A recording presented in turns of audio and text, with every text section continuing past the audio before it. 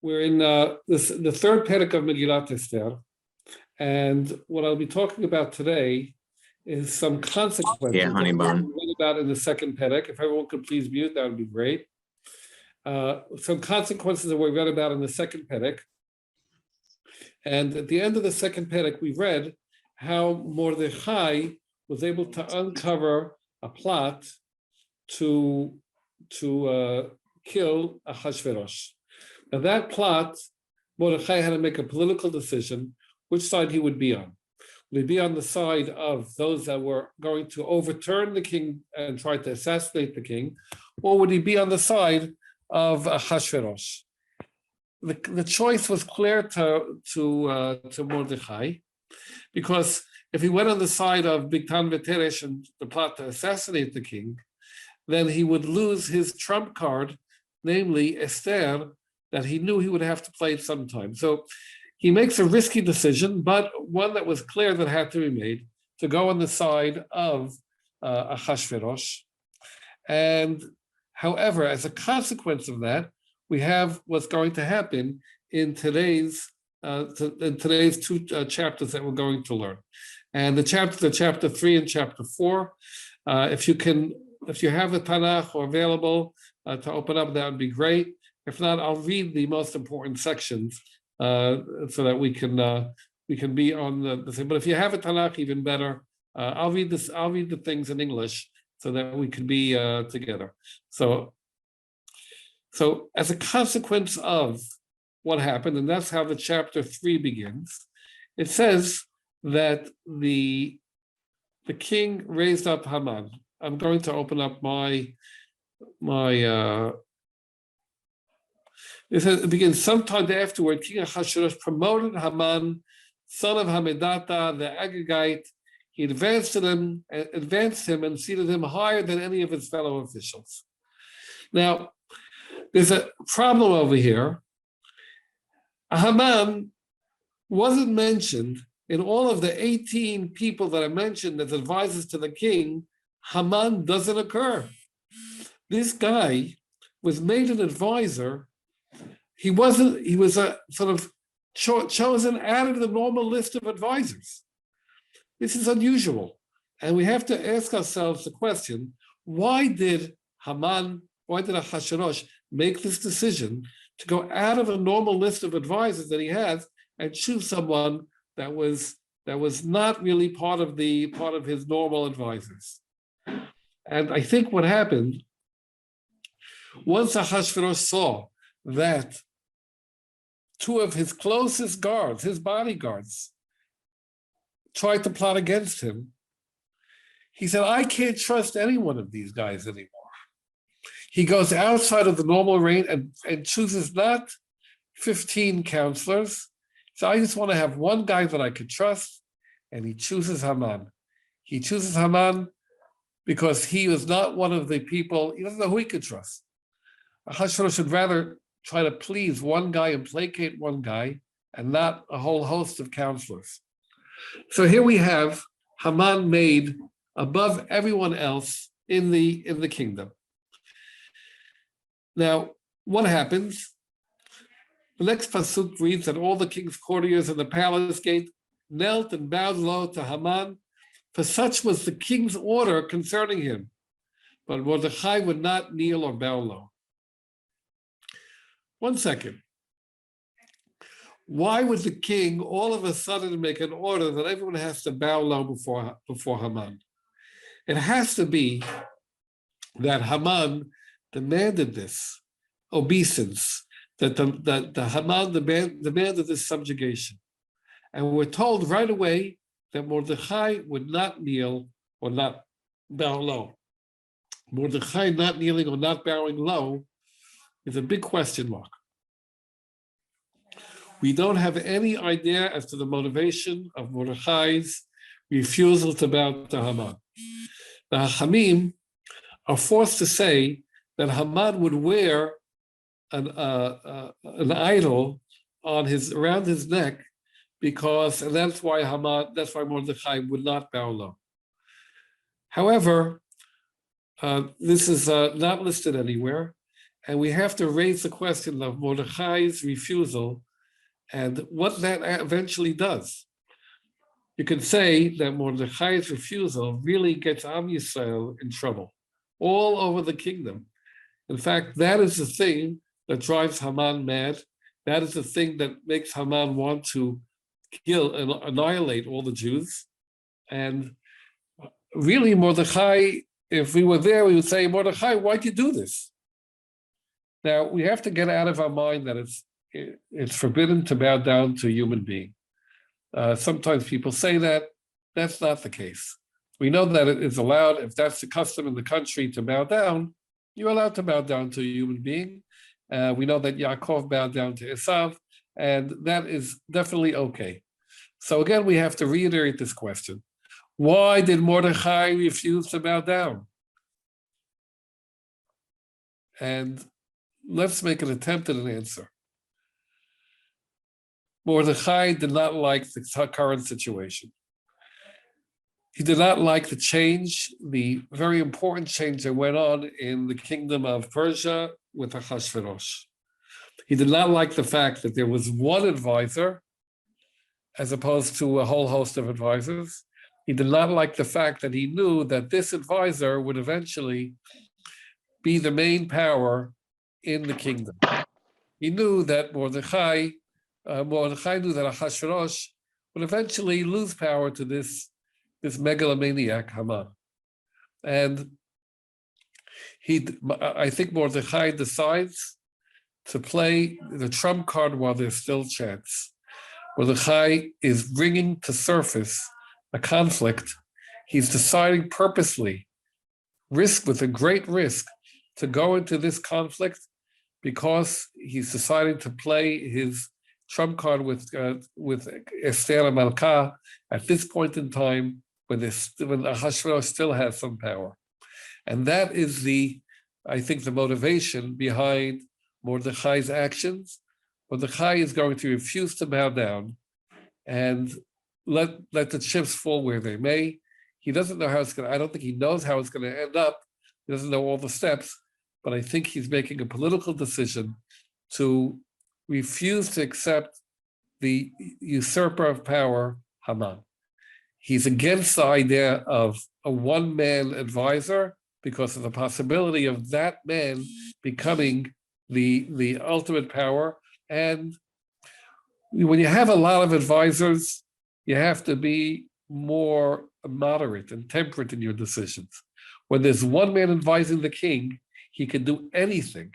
And the king, as we see, will listen to anything that Haman said. So my opinion is that Mordechai decided with a calculated decision to bring on this conflict when Ahasuerus still has some semblance of power and to defeat Haman. This is the answer that I believe in. There's other answers. There's the answer that Mordechai knew who Haman was from being in Eretz Israel. There's an interesting possibility that I used to, many years, I would give this class and I would give that answer. But there's nothing in this current text of Megillat Esther that tells us this. So in the last years, I've been of this opinion that Mordechai decides for political reasons to play his trump card at this point in time. So now let's go on in the chapter. Now the king, all the people in the court ask Mordechai, why is he not bowing down? And I'm reading now the next pasuk 4. When they spoke to him day after day, and he would not listen to them, they told Haman in order to see whether Mordechai's resolve would prevail, for he had explained to them that he was a Jew. Now everything is out. Mordechai is revealing that he's Jewish. He is going full force. He said, I'm not going to bow, I'm a Jew. And he is really at this point, they didn't know he was a Jew until this point. Not only is he putting himself, he is spreading out the risk, putting everyone at risk to see how a man would react. Very, very risky, very dangerous move that Mordechai does. Nevertheless, he carries it out with complete faith that this is going to be good, although it doesn't look good at the beginning. So now we know what happened, right? So Haman was filled with rage because Mordechai would not bow. I'm skipping some psukim. And then Haman decides to do away with all the Jews, Mordechai's people. So, and he does a lot. Look what we have over here. This Mordechai is Haman's Vashti. What Vashti was to Achashverosh, Mordechai is to Haman. And therefore, when Vashti uses her power, women are generally considered to be powerless. When Vashti uses her power to humiliate Ahasuerus by not showing up, Vashti identifies her position of power over the buffoon Ahasuerus, and she confronts him face on. What is her fate? Well, first, Memuchan, the least of the advisors, who has a voice and who says this is not only against Ahasuerus, but against all the courtiers in the kingdom, and all the wives are going to refuse to give honor to their husbands. So he turns a personal issue into a national issue and proposes something that's benign and farcical.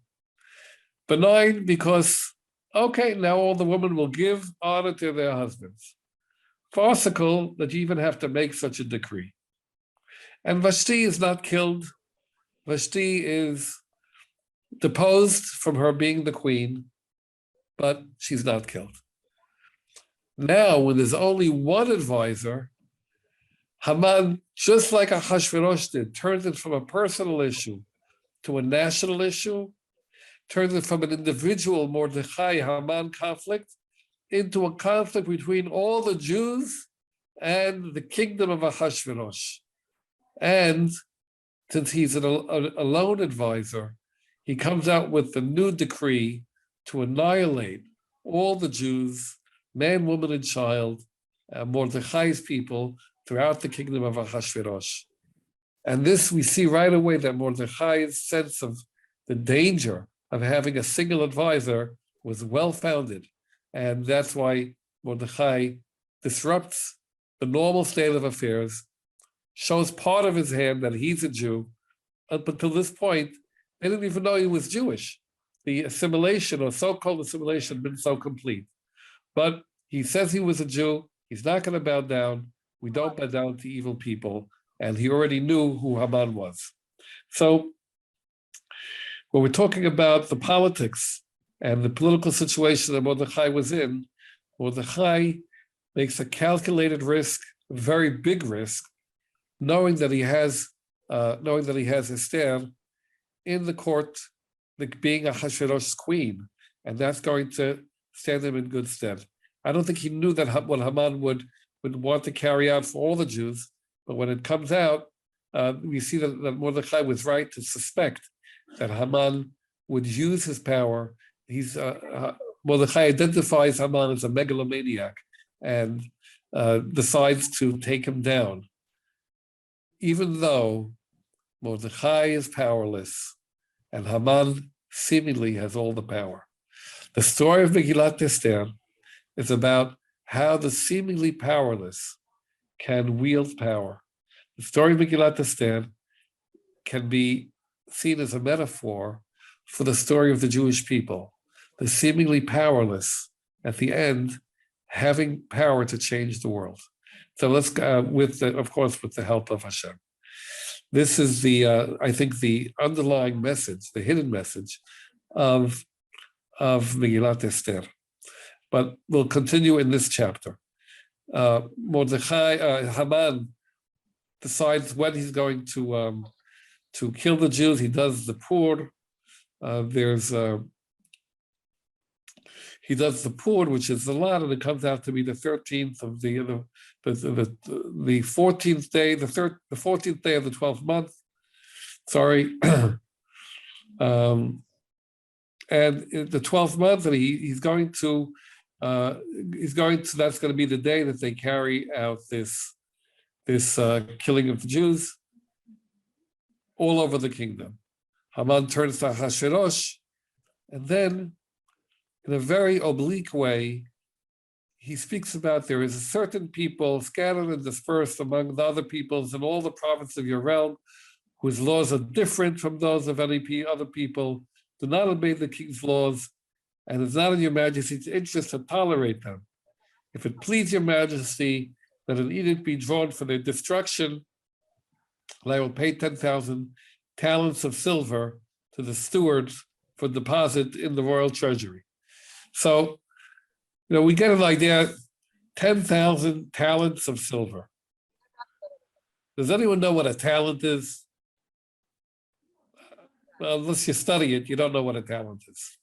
But we know from the end of Sefer Shemot, from Parashat from Pekudei, that a talent is actually 3,000 shekel. So let's do the math. We have 10,000 talents and 3,000 shekel a talent. We're talking about, was it 30 million shekel of silver? 30 million shekel of silver. Haman is willing to pay this amount. So first of all, he's not poor, right? He has a lot of money. Number two, he's willing to pay 30 million shekel of silver, right? Let's say if we say how much is a shekel worth, say it's about, even if it's like $10, right, for an ounce of silver. I don't know what it goes for today. About $300 million. He's willing to pay that to annihilate the Jews. This man is sick. Why? Because he sees one chink in the armor. So one guy doesn't bow down to you. Big deal. But Haman knows a person has no basis for being for having the power that he has, other than maybe his wealth, and that Ahasuerus trusts him. So then one chink in the armor is enough to make it all fall. And he decides that he's willing to put a lot of his wealth on destroying all the Jews. And what does Ahasuerus say? He says, he gave him his ring, and he says, the money of the people are yours to do with as you see fit. You can keep the money, destroy the people. I have no interest in them. Now look at this. Ahasuerus, we read the story and we know, because we, the reader, know who Haman is angry at. But the king doesn't even know what people Haman is talking about. Haman never says it's the Jews that I'm going to kill, and the king doesn't even ask. This is so brazen on Haman's part, and it really shows the level of foolishness and idiocy that Ahasuerus was there. So Haman knew that Ahasuerus was putty in his hands. He knew that he could get away without even saying the name of the people. Haman is politically savvy. He worked his way to be the most powerful person in this vast kingdom.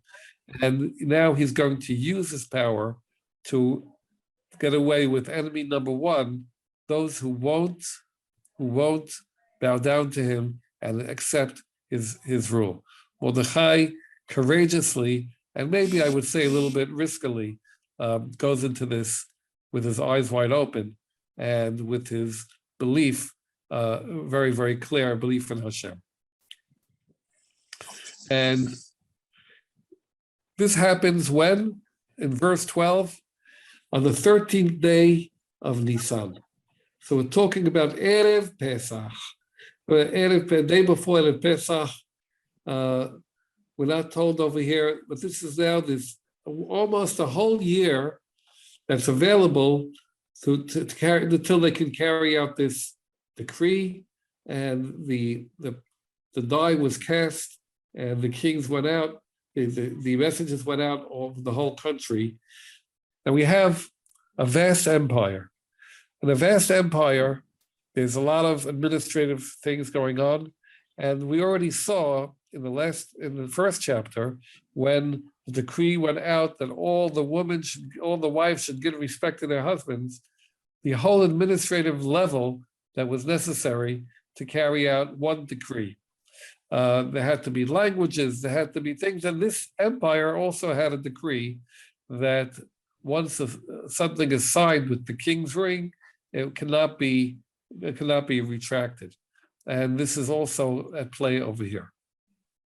So the instructions went out, and all of the whole country knew of the decree that was set out to set out the 13th day of the 12th month as the day when they're going to exterminate all the Jews, to plunder all their possessions.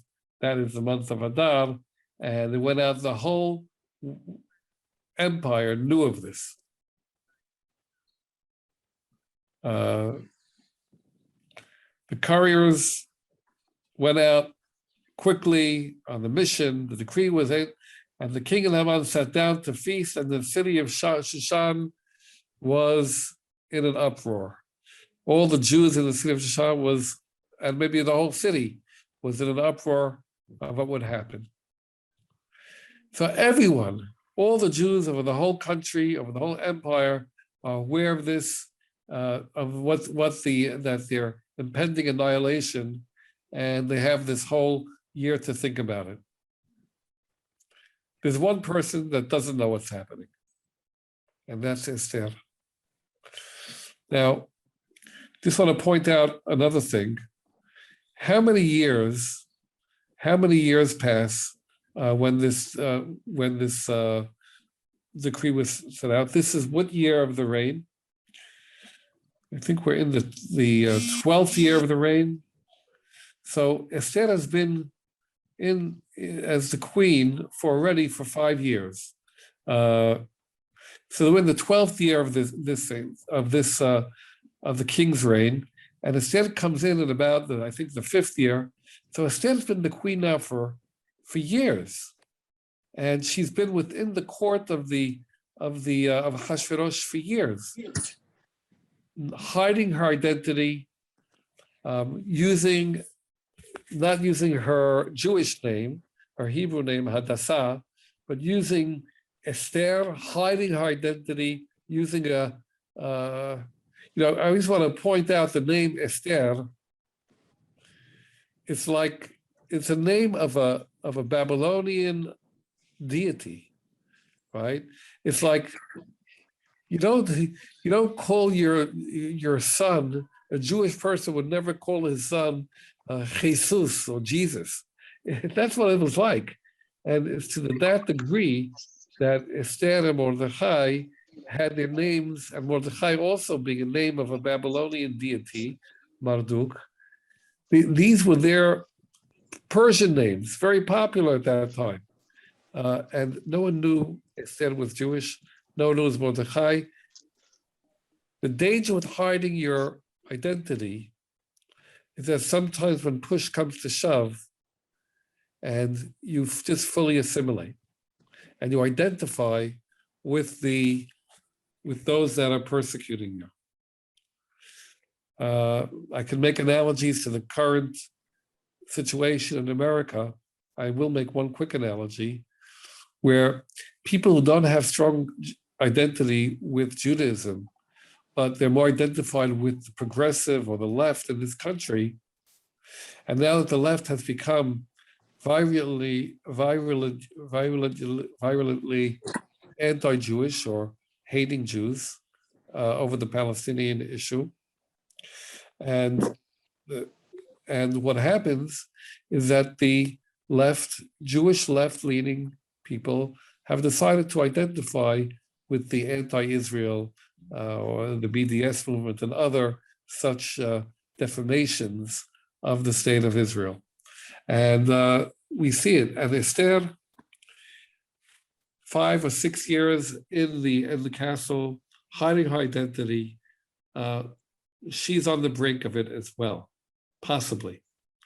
So, chapter 4, Mordechai dresses up in sackcloth and ashes, and he goes to the city, crying out bitterly. He comes to the gate of the king. He goes into the courtyard, and it says in every province that the king's command had reached, it was great mourning among the Jews, fasting, weeping, and wailing, everybody in sackcloth and ashes. Terrible. Now, when Esther's maidens and her eunuchs and all the things informed her, the queen was greatly agitated. I think here, this is a great way the Megillah puts the story. When they informed her, we don't tell her what they were informed. There were two issues before. One, that Mordechai is wearing sackcloth, and two, that this decree went out. And it says she was greatly agitated. She was agitated, very, very upset. The reader, not knowing the next line, not reading the next line, says, well, obviously she's upset at the decree. But no, she was upset at the violation of court etiquette. She was upset that the rules of how to appear in the court were violated by her own uncle. What an embarrassment to her. She sent clothing for Mordechai to wear so that he might take off his sackcloth, but he refused. Thereupon Esther, at that point, summons her closest Hatach, her closest confidant, and one of the Sadisim, and who the king had appointed to serve her, to learn why this is happening. What do you mean to learn why it's happening? It's so clear. But she didn't know. Secluded in the palace, or maybe not interested. We don't know what Esther, where her loyalties lie at this point. So Hatach goes down to Mordechai, and Mordechai tells him everything what happened, and the money, and that Haman offered to pay for the destruction of the Jews. And he also gave Hatach the written text of the law, and he told him to show it to Esther and inform her, and to go to the king, to appeal to him, to plead for his people. Mordechai decides to play his trump card as ace in the hole. Now it's the time for Esther to reveal and to use her position, to use her influence with the king to attain the salvation of the Jewish people. And we would think Esther would immediately say, okay, that's what I'm going to do. My cousin Mordechai requested of me. Now is the time. I followed him my whole life. Now is the time to reveal my identity and plead for the Jews.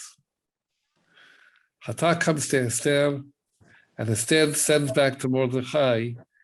Everyone knows that you can't go to the king unless you're summoned, and if he would not want to extend his scepter to you, so then it's punishable by death. And I haven't been summoned for a whole month to the king. Paraphrasing, what Esther says, if I'm summoned, if I go there, I might die. Mordechai reacts with this, I can say, only in a very angry way. And he tells her, don't think that you of all the Jews will escape with your life because you're in the king's palace. In other words, he said, you might die? Are you not Jewish anymore? Do you think that you, of all the Jews, are going to survive? I see in these words a tremendous amount of anger on Mordechai's part, and a realization that possibly Esther stopped identifying as a Jew. And Mordechai is going to pull out all the stops to make sure she remembers her position and her roots. And he tells her, and this is one of these three psukim are some of my favorite psukim in Tanakh. He says, if you keep silent, if you keep silent in this time, the Jewish people, we're going to survive. That's going to come from some other place. And you and your father's house will perish. You'll be lost. And who knows, maybe this is the very reason you, for this very moment, you came to power. I want to take a second and take this pasuk and apply it to our lives. Everyone, throughout in periods of their lives, reaches a point in their life where their unique abilities, position, authority, experience, talents, opportunities, put them in a critical juncture to do something great. At that moment, at that time when we recognize and identify these junctures, we say to ourselves, you know what? Maybe I got to this point, in this position, in this place, in this time, with this ability and this opportunity to do something great. At that point, we have to react like Esther Malka did. Take the bold step and do something great. Mi yodea im le'et kazot higat lemalchut. Who knows? Maybe this is the very reason you were given this opportunity and this ability. Now, Esther knows what happened to Vashti. She knows the price for humiliating the king, and this is pretty humiliating.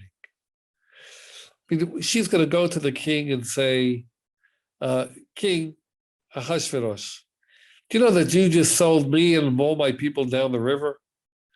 What a humiliation. Vashti, and this is a subtle point, but Vashti, although in the chain of hierarchy of authority in a patriarchal society, was powerless.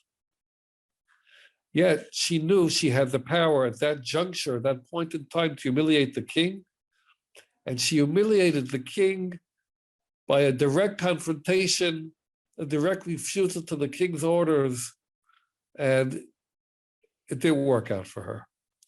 Esther knew that the way to use her power, and she knew she had power at this point, was to do it in a way that was hidden, that was subtle, that involved subterfuge, and that was really, the name of her name is Esther, that uses a behind the curtain, behind the scenes approach, stealthily setting the trap for this megalomaniac and this tyrannical megalomaniac, Haman, and this buffoon, farcical emperor, Ahasuerus. She knew that the way to use power when you're not in the hierarchy of power, is to use it with a lot of cleverness, a lot of ingenuity, and to use it in a hidden way.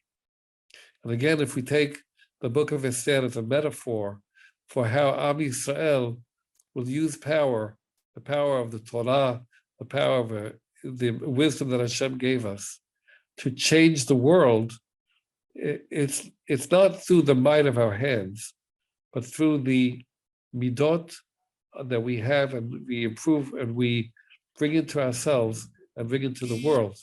That's the way that we're going to eventually make the world into a place that recognizes Hashem.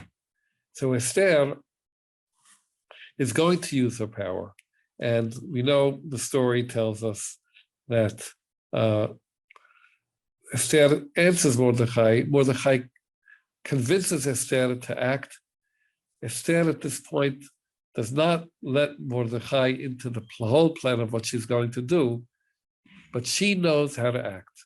And she takes action, courageous action, but not confrontational action. Then Esther sends the answer to Mordechai, go and assemble, gather together all the Jews in Shushan, and do a fast for me, 3 days, don't eat day and night. And also Esther and her servants will do the same fast. And then I'll go to the king, even though it's against the law. And if I perish, I perish. And Mordechai went around the city as Esther had commanded him. Now we have to remember, which 3 days are we talking about? Well, we know that the decree went out on the 13th day of Nisan. So we're talking about Pesach. We're talking about Leil HaSeder. We're talking about the holiday, the festival in which we celebrate Israel's redemption from another genocidal, tyrannical king from Paro. And Esther, recognizing that, so this is not the time for us to celebrate the previous salvation from the tyrant that wanted to kill us, because we are in a situation just as dire, maybe even more so. And therefore, if we don't do something now, she wants all of the Jewish people behind her to recognize the seriousness of the situation. Esther acts politically. She is going to bring out to all the Jews that they have hope now and that she's going to carry this through. So now Mordechai convinced Esther to go and use her political power. So just to summarize the points that we mentioned today in today's shiur. Number one, Mordechai's decision to be on the side of the king over Bigtan and Teresh led to the king getting rid of all his advisors and putting a man who was not listed in any of the advisors ahead of everyone. That is a political action that the king did to prevent any of the intrigue that existed before. Mordechai makes a clear decision to confront this man, recognizing the problematic nature of having a very, very powerful single advisor to the king, and he tests his megalomania by refusing to bow down to him and by letting him know that he was Jewish. Esther, ensconced in the king's court, seemingly is more concerned about court etiquette than about the Jewish people not even being aware about what the Jewish people face. Mordechai informs her, but more than informs her, switches her to be in favor of the Jewish people by telling her, you think you're going to be saved? If you will not act, the Jewish people will be saved from another place, but you and your family will be lost. And also we might say, who knows of any other queen of Persia other than Esther? Her name lives on. If she had not acted, who would remember her? She acted and she was remembered. Who knows that for this very reason, you reached the position that you reached. So this is the thing that we take into our lives. Esther uses her power stealthily, cleverly, not in a direct confrontation. And we'll read B'ezrat Hashem next week. We'll learn more about the politics behind the actions and the clever actions of Esther to bring to Ahasuerus' attention the fact that his right-hand man, who he completely entrusted, was also out to usurp his power. Have a great week, everyone. Thanks for joining.